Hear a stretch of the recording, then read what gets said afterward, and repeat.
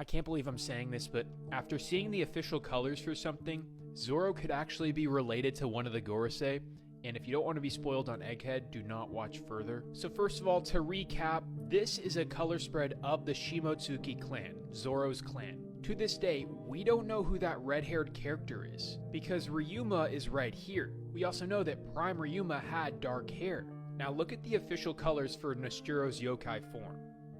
Are we seeing Prime Nesturo's hair? Something this guy also points out is the Katetsu connection. Both Zoro and Nesturo have cursed Katetsu swords that they clash with in Egghead. There's also the fact that Nesturo and Koshiro have the same type of robes. And sure, this doesn't really seem like that much, but then think about his name, Nesturo. It's almost like he has that same suffix that gets applied in Wano. It's actually a Japanese custom.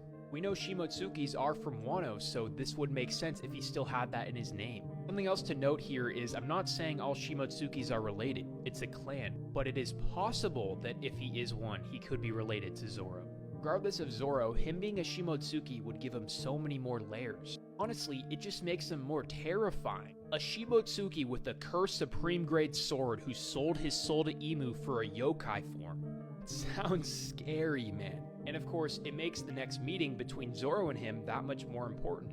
Zoro having the 3rd generation Sandai Katetsu, it is a grade sword, while Ethan has the Shodai Katetsu, it's a supreme grade sword, the 1st generation. I think both of these swords being cursed is going to come into play in their next fight. Unless this is a retcon, I don't think we can fully interpret Kozaburo's statement as all swords are cursed. But it means Zoro walking into the shop is carrying a cursed sword, and when he leaves he has 3, not 1.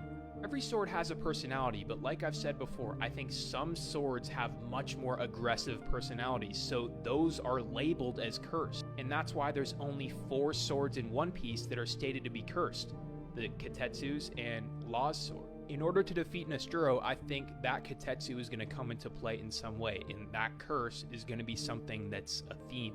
Now, I understand that some people would like to believe that this character is Pinzoro, Zoro's grandfather, who we haven't seen. This is all we got on Pinzoro, man, so that's why people say it's him.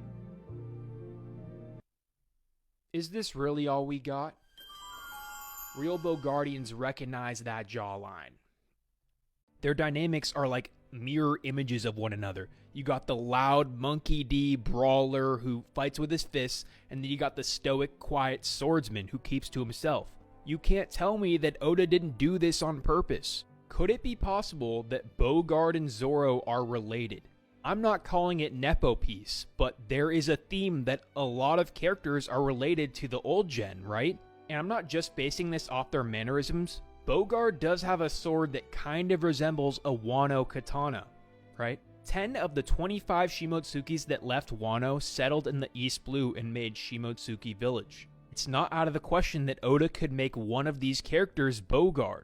Maybe he's not even a Shimotsuki. Like I've proposed before the Nepo piece allegations, maybe Pinzoro is Bogard.